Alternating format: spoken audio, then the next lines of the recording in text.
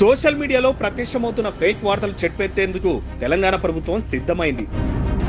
అభ్యంతరకరమైన భాషతో కొందరు నేతలను టార్గెట్ చేసి వ్యక్తిగత విమర్శలు చేస్తున్న వీడియోలు ప్రత్యక్షమవుతున్నాయి. కొన్ని యూట్యూబ్ ఛానల్స్ కాంగ్రెస్ నేతలు టార్గెట్ గా చేసుకుని పెడుతున్న వీడియోలను వైరల్ చేస్తుండటంతో కాంగ్రెస్ ప్రభుత్వం వీటిని సీరియస్ గా తీసుకుంది. అదే పనిగా కాంగ్రెస్ ప్రభుత్వంపై బురద జల్లే ప్రయత్నం చేస్తున్న యూట్యూబ్ ఛానల్స్ పై కఠినంగా వ్యవహరించేందుకు ప్రభుత్వం సిద్ధమైంది.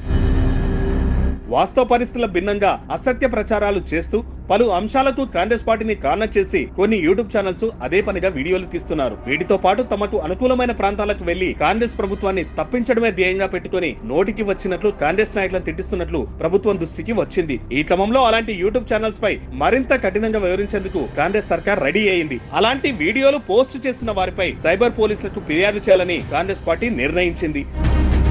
గత కొద్ది రోజులుగా హైడ్రాపై తీవ్ర స్థాయిలో ఫేక్ వీడియోలు సర్క్యులేట్ అవుతున్నాయి. ఎక్కడ కూల్చివేతలు జరిగినా వాటిని హైడ్రాకు అంటగట్టిస్తున్నారు. కొన్ని చోట్ల హైడ్రాకు ఎలాంటి సంబంధం లేనప్పటికీ అక్కడ కూలుస్తున్న రెవెన్యూ అధికారులను వదిలేసి వాటిని హైడ్రాకు ముడిపెడుతున్నారు. ఫలితంగా అక్రమార్కులపై, ఆక్రమణల తొలగింపుపై, మూసీ ప్రక్షాళన కార్యక్రమాలపై హైడ్రాపై తీవ్ర స్థాయిలో విమర్శలు వస్తున్నాయి. కొన్ని యూట్యూబ్ ఛానళ్లు మరింత దిగజారి బాధితులు మాట్లాడిన దుర్భాషను ఎలాంటి ఎడిటింగ్ లేకుండా యూట్యూబ్ లో అప్లోడ్ చేస్తూ వైరల్ చేసి ట్రెండింగ్ లో ఉండేలా చూస్తున్నారు. కొన్ని సందర్భాల్లో ప్రత్యేకించి ముఖ్యమంత్రి రేవంత్ రెడ్డితో పాటు మహిళా మంత్రులను టార్గెట్ చేస్తూ వారిపై ఘోరమైన విమర్శలు చేస్తూ సోషల్ మీడియాలో వీడియోలు అప్లోడ్ చేస్తున్నారు. ఓ సీఎం హోదాతో ఉన్న వ్యక్తిపై అదే పనిగా తిట్టించడం, పైగా ఆ వీడియోను ఎలాంటి ఎడిటింగ్ చేయకుండానే అలానే సోషల్ మీడియాలో పెడుతూ ఉండడంతో రాష్ట్ర ప్రభుత్వం తీవ్రంగా పరిగణిస్తోంది.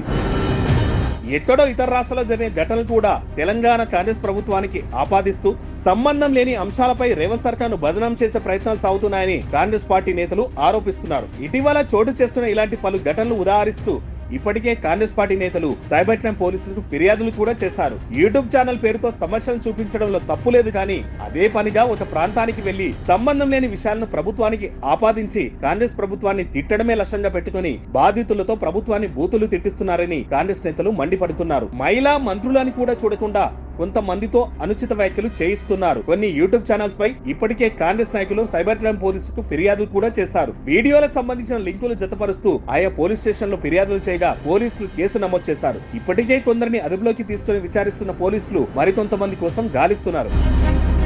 ఇక తాజాగా మంత్రి కొండా సురేఖపై ఇష్టానుసారంగా సోషల్ మీడియాలో ట్రోలింగ్ చేసిన వ్యక్తులను ఇప్పటికే సైబర్ క్రైమ్ పోలీసులు గుర్తించినట్లు సమాచారం. సోషల్ మీడియాలో ట్రోలింగ్ లను చూసి మంత్రి కొండా సురేఖ గాంధీ భవన్ లో మీడియాతో మాట్లాడుతూ కంటతడి సైతం పెట్టుకున్నారు. ఇలాంటి సోషల్ మీడియా ప్రజలకి ఏమాత్రం అవసరం లేదని, ప్రజలను మంచి చేయడానికి వాటిని ఉపయోగించాలి తప్ప అడ్డదారుల్లో ట్రోలింగ్ చేసి లేని ఘటనను ప్రభుత్వానికి ఆపాదించడం మానుకోవాలని అటు ప్రభుత్వం, ఇటు పోలీసులు సోషల్ మీడియా ట్రోలర్స్ కి, యూట్యూబ్ ఛానల్స్ కి కఠినంగా హెచ్చరికలు అయితే జారీ చేస్తున్నారు.